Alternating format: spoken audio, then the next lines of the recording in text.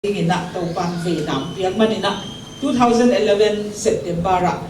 Northeast India Guwahati based ina paiki kahiwa tua taupan adiaka focus nidang ina home pi chi yam thugen na Polpi Makai Baptist Polpi Makai tuam tuama taupan ongzang ina ai jong tu tung kong chi aki kwa taupan ka focus upen leadership le family focus tua tegel to athum na zobi diaspora gamdang akithe thang zobi te atinga maban kalsuan zia ding le thapiam na to bang ve na pasien ong piang manina kazin koi wa tua leadership ichi chiang ina tua ka focus su family leadership focus home pilian chi bang conference lian pp sang ina mentoring le discipleship topa Jesu in ministry ane lai na mi pi la ka thu again hang a main focus pe na hi le nung zui som le ni te tunga akum thum bal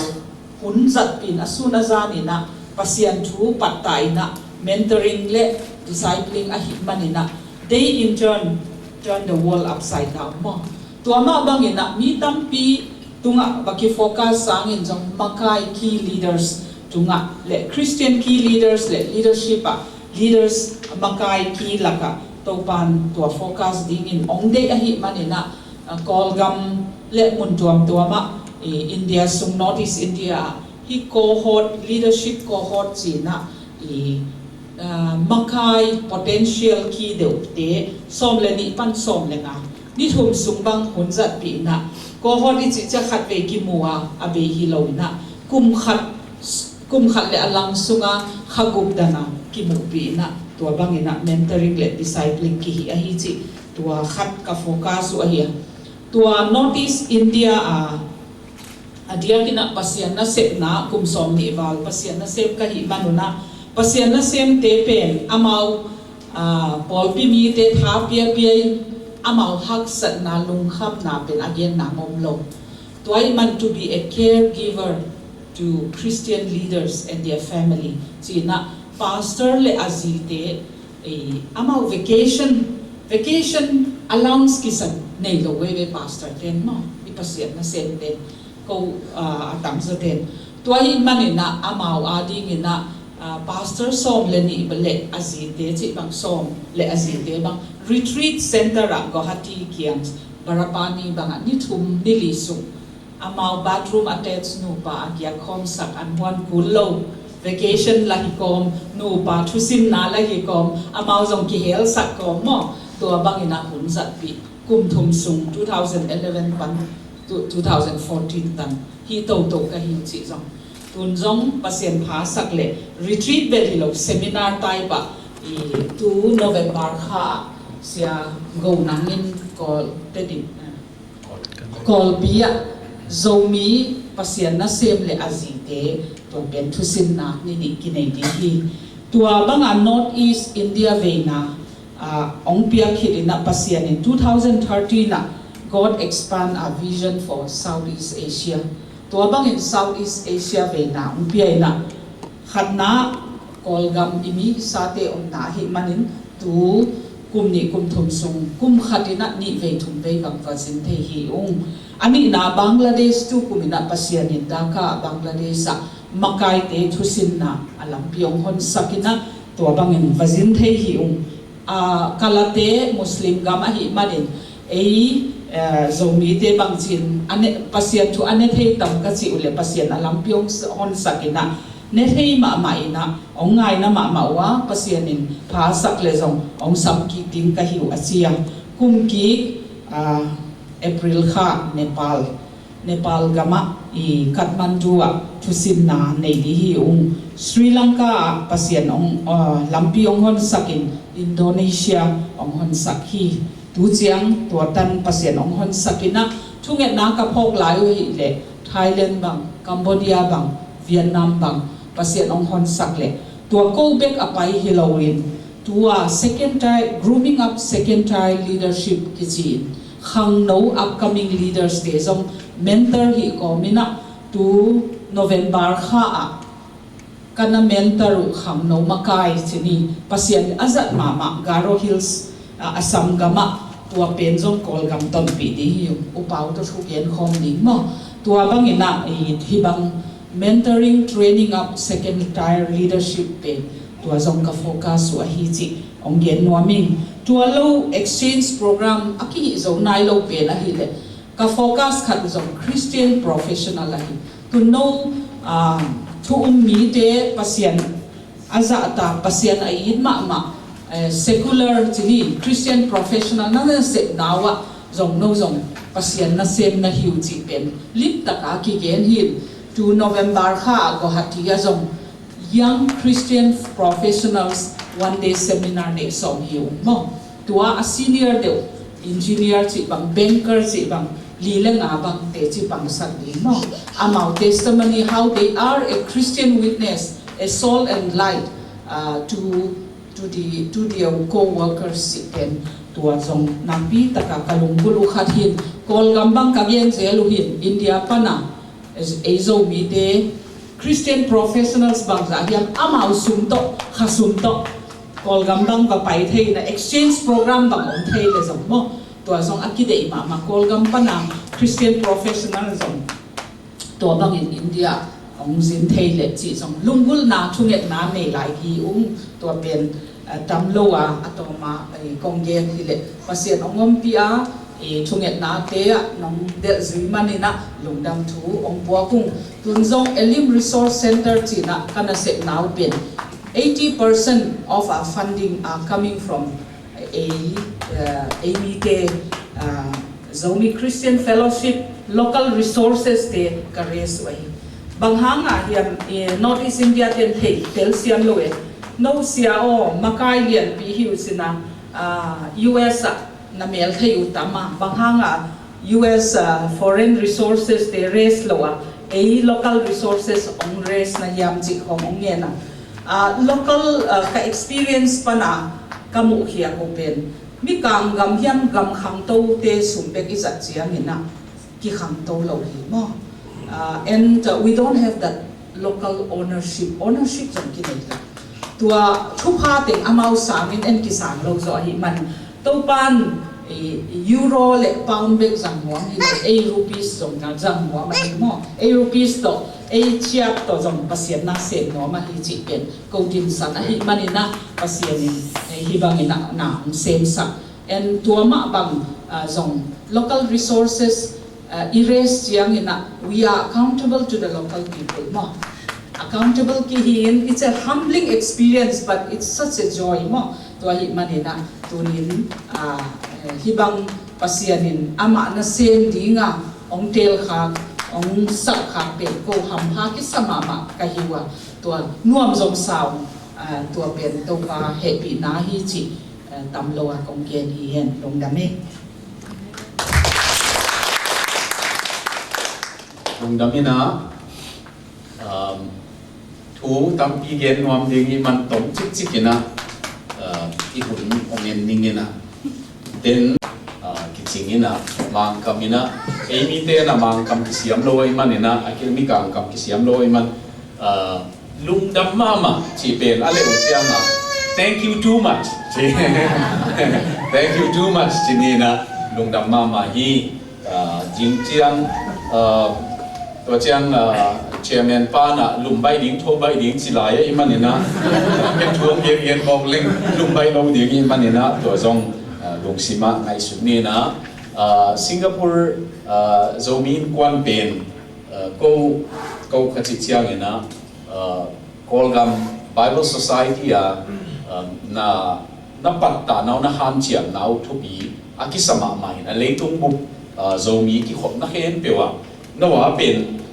kachin te nuaya ong kachin te a pen ong tam pe ni na to chiang nawa pen ani na ong zom ai manina US zomi ki pol khom te na mo ni na ni kuma ong phalo lai e no contribution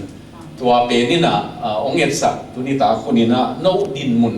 no din san tua kisam ma kol gama lai siam tho nei nai lo te le lai siam tho nei sa te na mo ni na lai siam tho phazo akichiam zo ne thik na ding na tháp yang na han chiam na pe nu tua na gi nu ngai ma hi chi tua zong kong pulang no khat hi na tua chang Paul khaten gospel Olympic akichi chiang na ông em mà bảo như na tài giải tiếng khom mà giống bảo khác như na băng hệ lệ lùng đam hoài in là hi băng vải na ông thấy yêu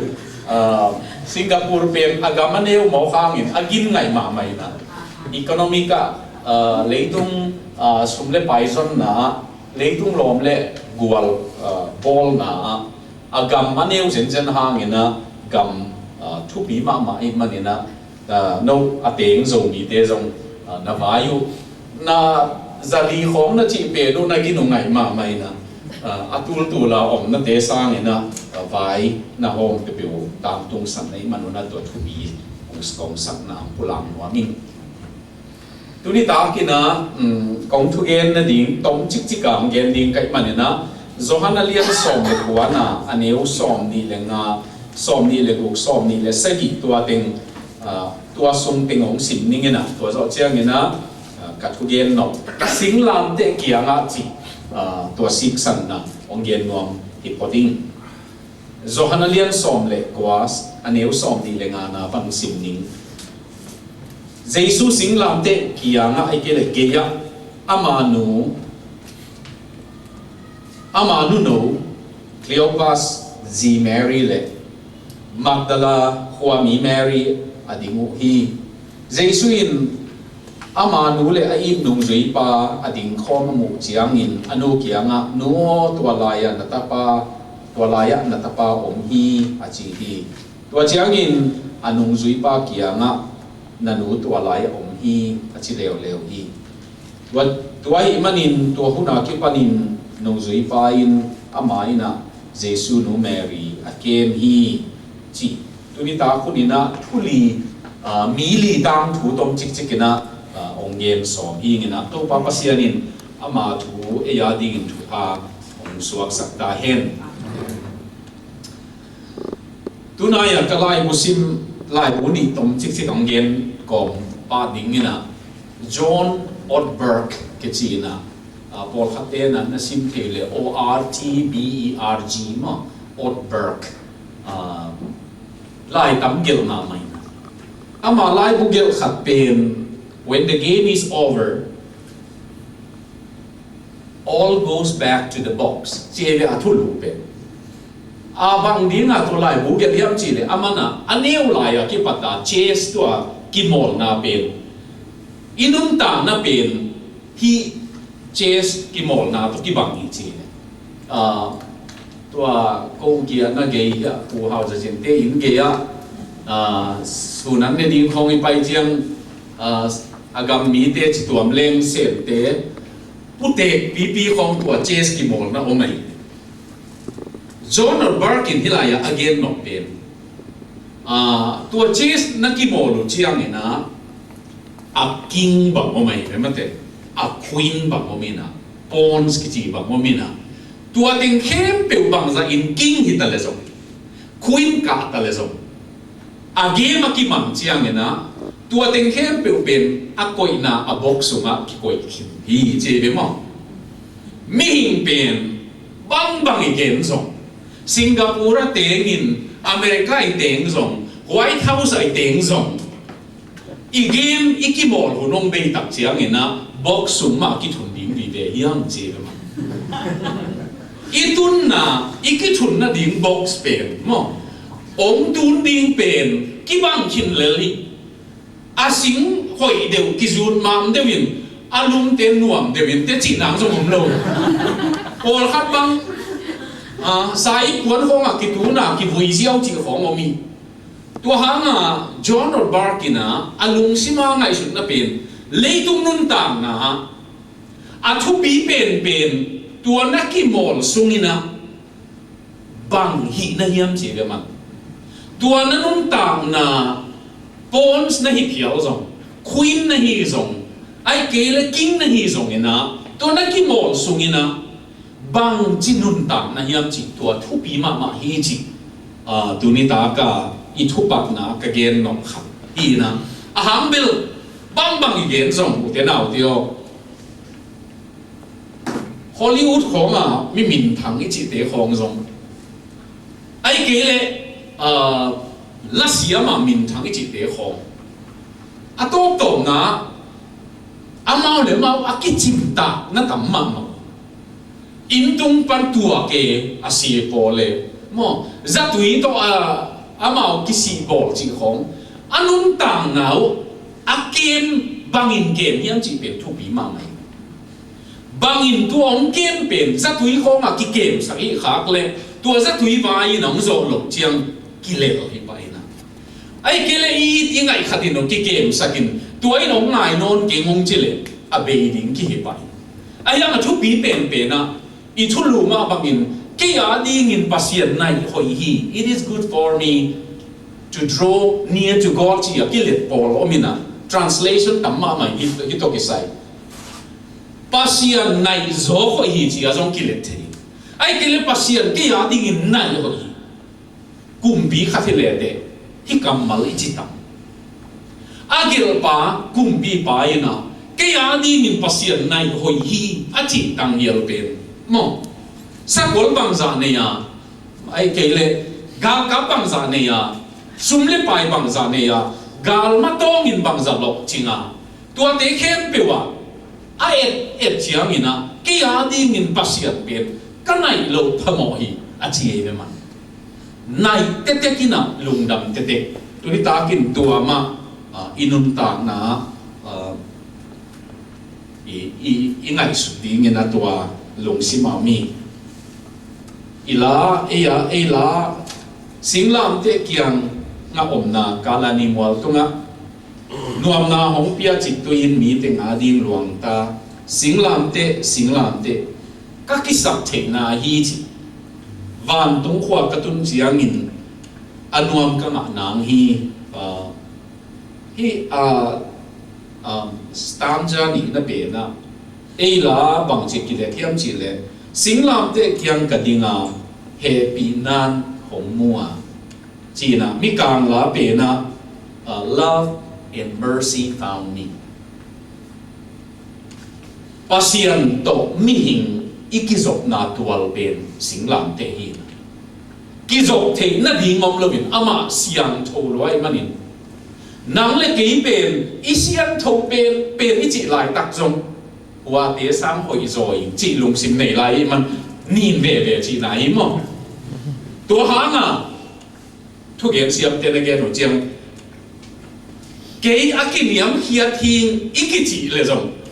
aki pasak I lam ki pho hi chi mo kiniam hia ki sak ki ge jong mo kiniam hia ki sak ki ge jong aki pasak na ki he ve hi chi to ai manina singlam te pasian inai na ding lampi ila bua singlam te lampi ka to lo pel mo hi tua lampe ma to pasian mai tang pasian happy na mudin kai manin chi tuni ta khunina thuli tom chik chikina ongen somi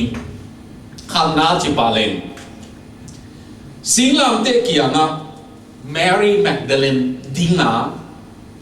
wa Mary Magdalene bang hanga molai ding hiam chi le anun tang na akihel mani changed life ai mani hinunun tang na ilai siam thoin bang chi na gen hiam chi le asunga doi sagi nia ai kele doi sagi na ma uka doi sagi doi khat bek na ngon jong kep nuam lo ding ni lai siam thoin sagi chi pen atam gen na hi khol lo bina aki ching ma hi a chi nom na hi chi be number sagi chi pen aki ching ma be la ba kul hen lo mi pol khat pen a gin lo dan ki ching ma chi ba mai tua ha nga Mary Magdalene vai pen aki ching ma doin a u ama nung ta na gim le toling chilowa doina a phe kai a to kai chi dingia to ba nga azat jesu ina manung ta na ki hel sa kai manin change life singlam te wang let na tua hu hawina chi dingia tua vang let na asing kung hilovin at sing tunga ki khai pai na ama num tang na khel sakai manin Jesu kianga na dingi utenaw te tunita ko din nang le ke izong ila bua vang tunglam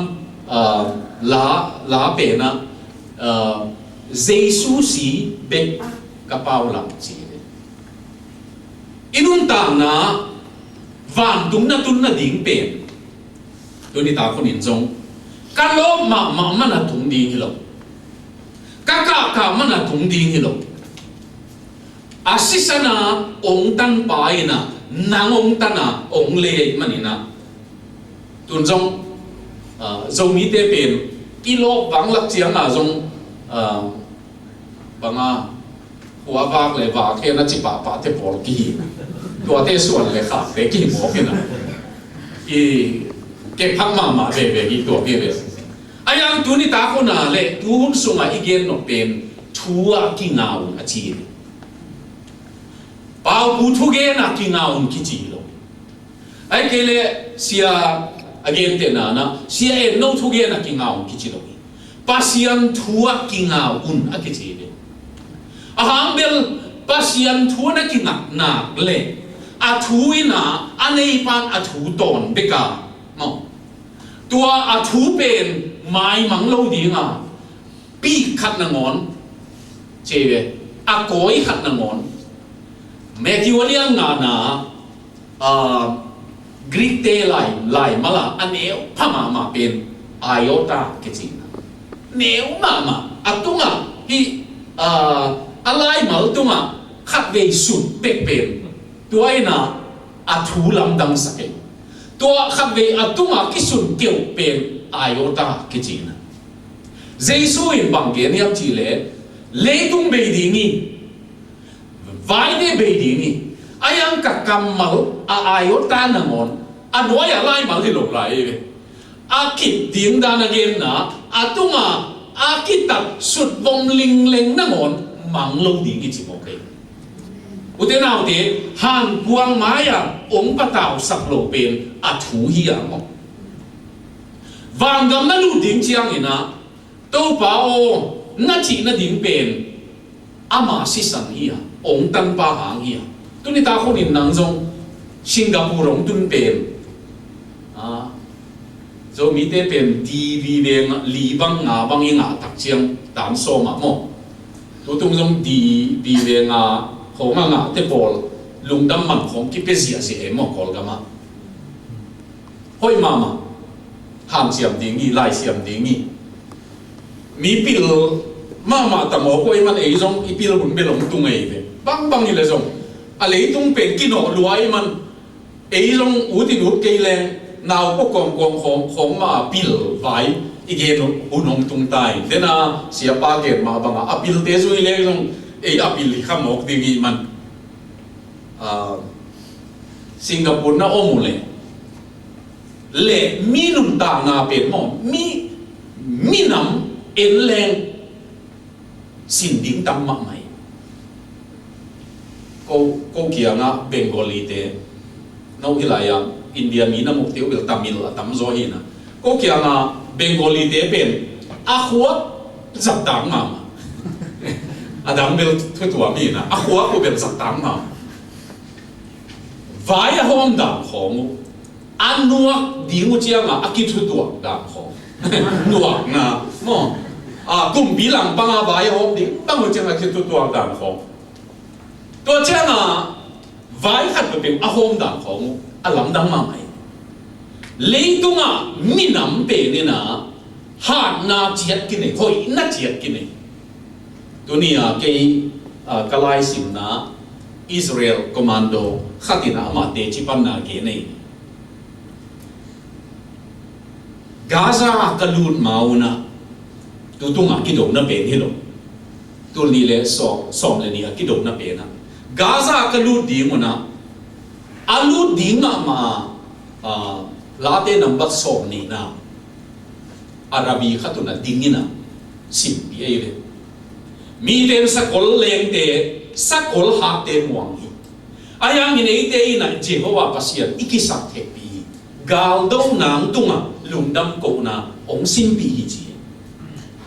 aman bang geniam chile Gaza pen bominong nga sniperin gamla pi panong kap ding chi kit hei khol si ding liam ding tua thei khola lot ki ayang bang geniam chile tua bang aki lut kim lai pasiam thu vi ve to aki lut ai manina ko khat be bek liam yung chi ong ki na wa mo amana bang geniam chile Jehovah pasiam pen bel ta be kilobina a bel te ham pha hi chi de ilaya komando khatina ama te chi pan na a bel te ham pha hi bang yam chi le che le thao tang ma ya bom ma ya na om tak tak chiang nang siam na begin ong game zo non lo hi chi ki del hi chi supernatural mo nang pil na nang siam na tung pek peka athunei khat tua kisam ma nei lam ki po kina tua tu na iki a chiang ina chi tuni ta kunin nun ta na ki hel sa pa pasian to ka gen lai takina tom chikina lai wu kha Larry Crabb ki china CRBB mo CRABB Larry Crabb Christian psychologist hi nama lai wu tampi gele amin than pi hi paina lai wu khat amin than pi pen mang kama inside out hi pai ge ma inside out asung lama pen apolama mo bang gen nom yam chi le to lai wu sim leo chin sim ta ma ai le America khonga tol khat sung bestseller ma hong hi inside out chi na zong theina ai kele Larry LARRY mo Larry Crabb leo chin amana bang gen yam chi le tuas ki hel tak na ding pen apolam pan hilo hoi tang nang zong na sung kien le chin chi de nang sung kien le chin bua ding tamma ma ding ni chi ute nau de mo hoi tak kien len en ko nu pa thu gen kai manuna cái chuyện chỉ thấy cây về quá, easy để con như nào, ý ngày xuân na anh đã thấy hít lâu rồi, lùng đâm mỏi mà cái gì, đi mà không, nu phải kiếm con à, phải có mình à, mi gì để con biểu này em thấy chiang à, mà sao để à điểm con à mà, tôi hăng à, easy để con như nào, ý ngày xuân na tình, anh thấy hít lâu bên, lùng na khát lùng thấy lại cái gì vậy. Thấy hin mọc leo bang ra về chịu tầm mồ à cái máy game tập chiang à cái thể về kia na cái game mà đóng cái thể lộ phật đây chiang mồ tua hang à sung bê này nè tua Larry Crabb in again na sung à đam na ông mà sắc kỹ lệ à po làm đam thế lộ cái gì mà psychologist day na nu pa ki tuak lo e mi mal nun ta nga khom apo lam dam nang ong gen ding wi che man ayang asung in masai inside out asung panina apo lam nok le dam ba izoa outside in pen dam hak hi che man apo lam pana sung lama azot sang ina sung lam panin apo lam pai hele tuni nu te nau te Mary Magdalene dam na pen kichian mama inside out ai manina mo khapna hi changed life singlam te kianga nun ta na ki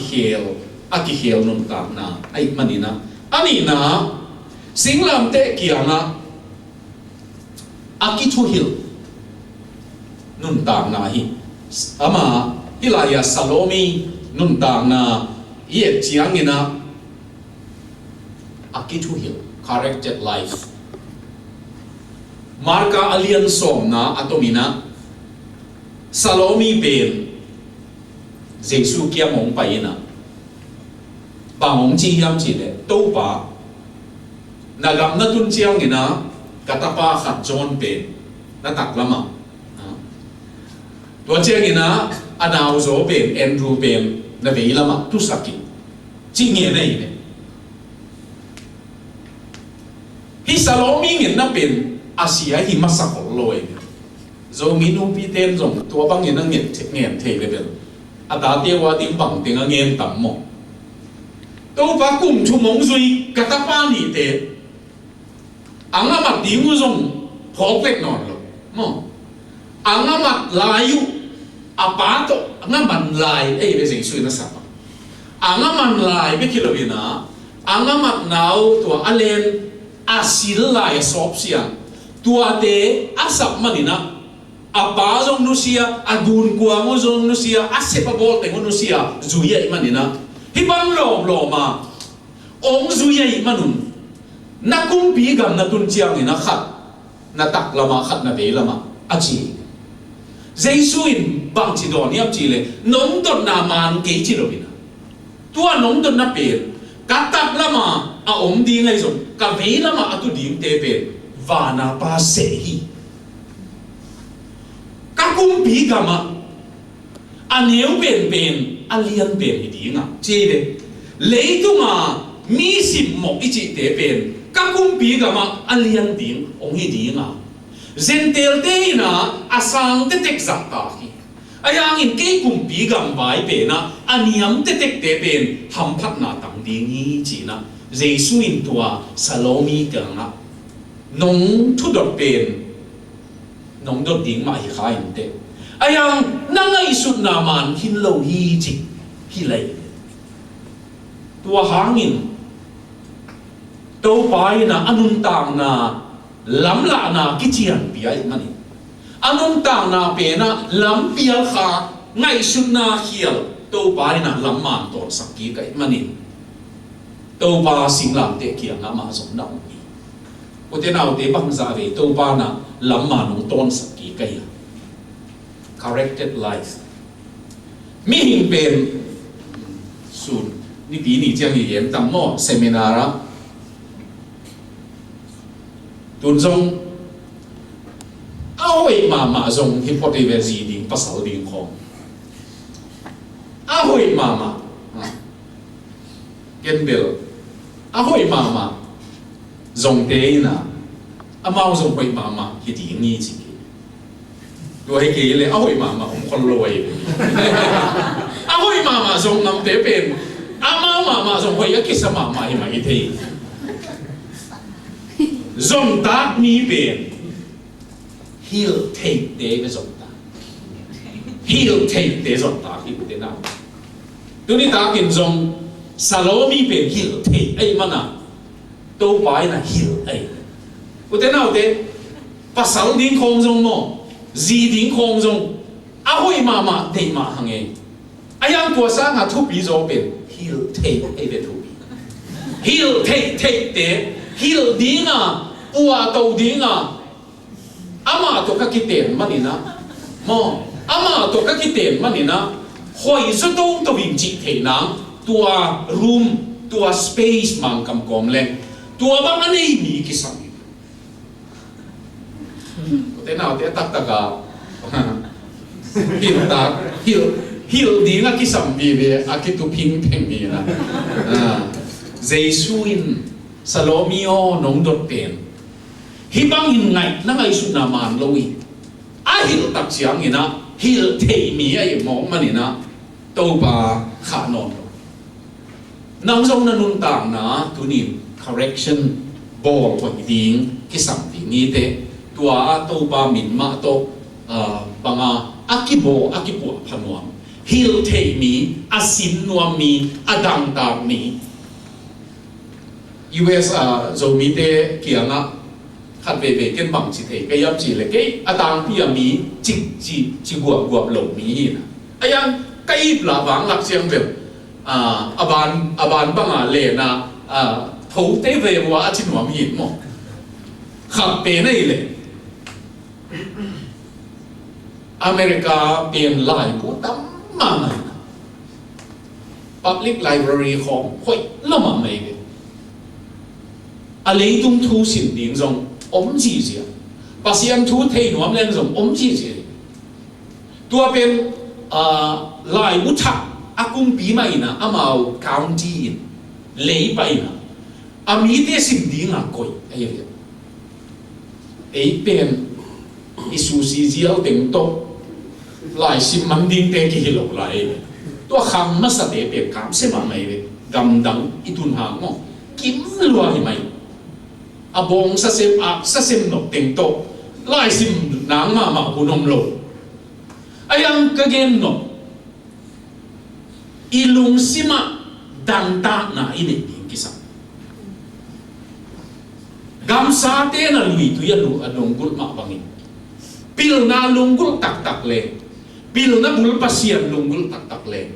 to pa na iding lunggul tak tak le hil te mi tua ong kisam ma hi chi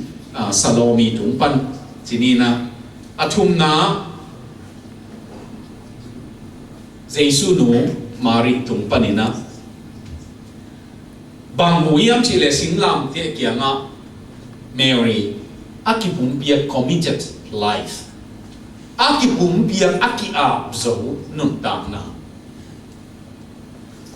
lai pilina chi omlo Mary khan khian na lai siam tho siam te na atang pithui na Nazareth kwa chi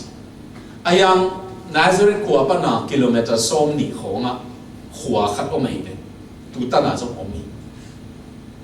archaeologist then again uchiang tu amuna ama nun ta na tu kipan hi chi kei som kwa kuma tu amuna va ho ka gen nok tak pen hilaya Mary nun ta na khota pan khone chik panang pa yin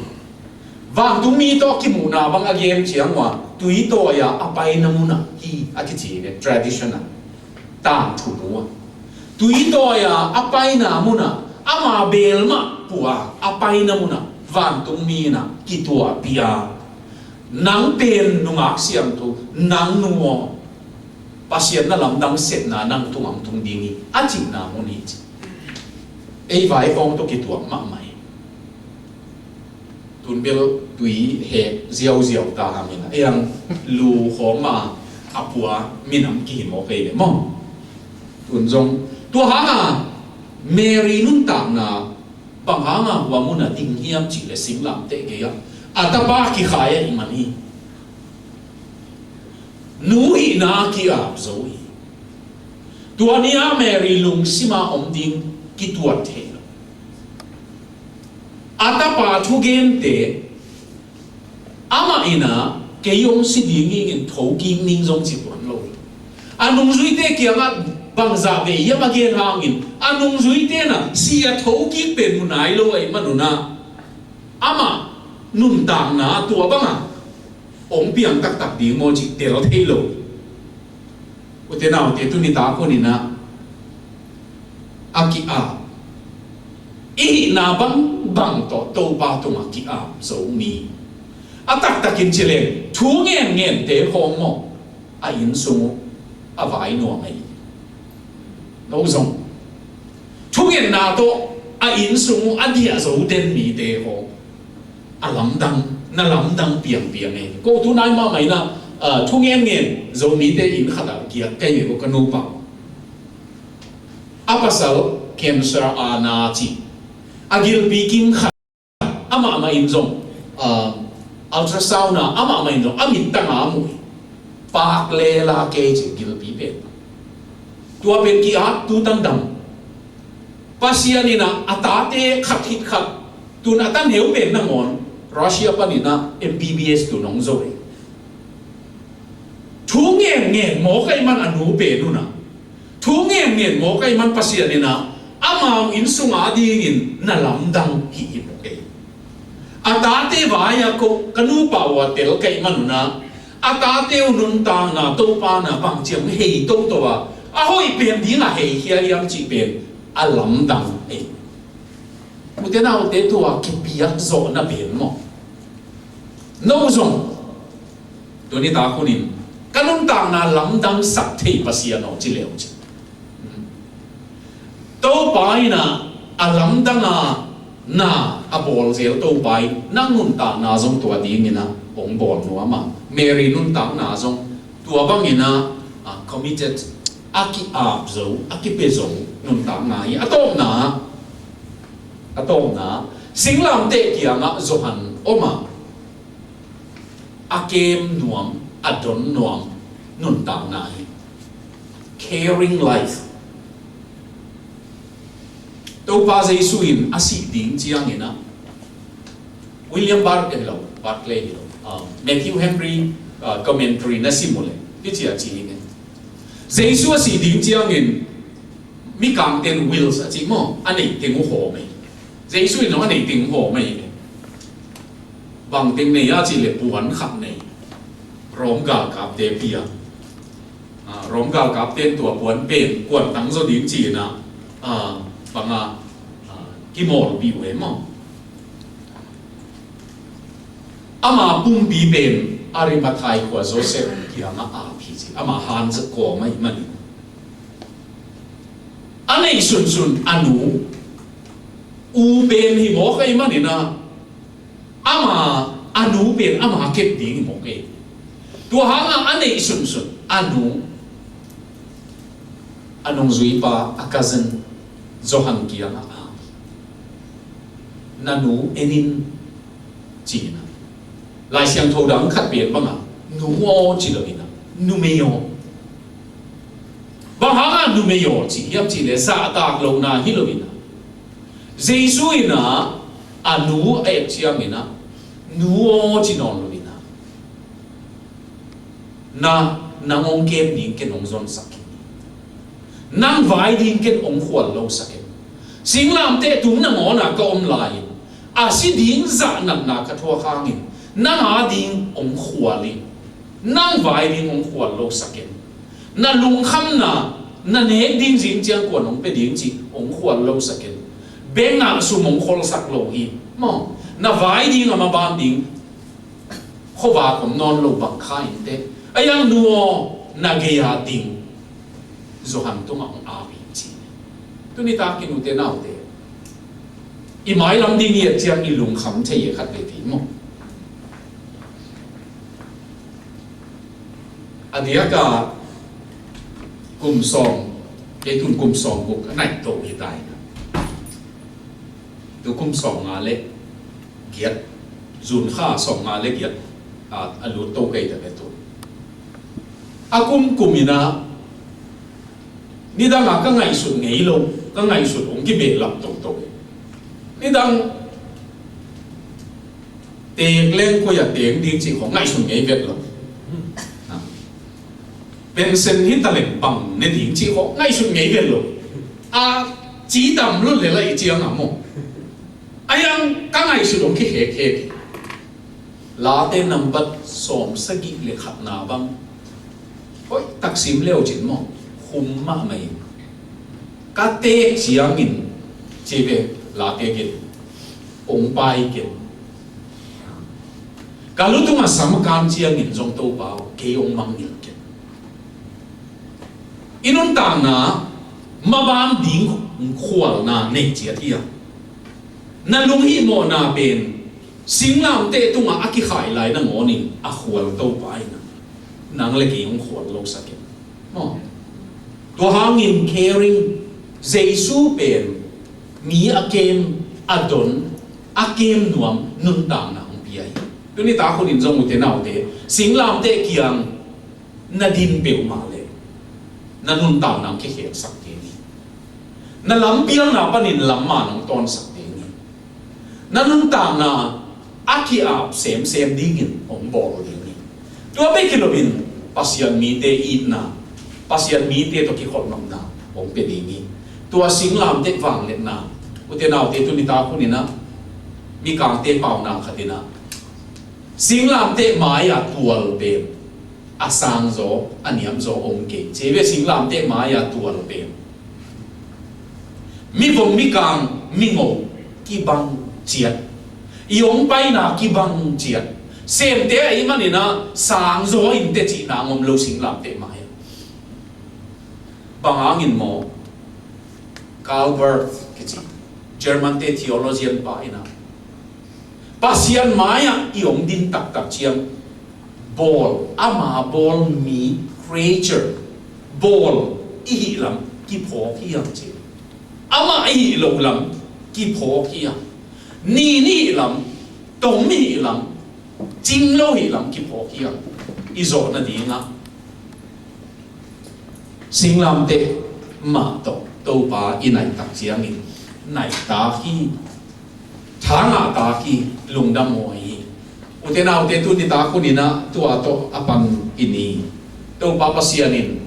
ama nai pen hoi tapia singlam te akibua atang ngil si hangin van kong ki honga ama lung kim zowa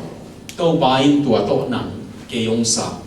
nang le ke ama mi ama ta ama in kwan pi long bo to pa pasianin ama thu ya ding in thu pham piak sakta hen amen thungen na ong nei ning na tua to jong i hun khang na khan isak ding ya hi ya okay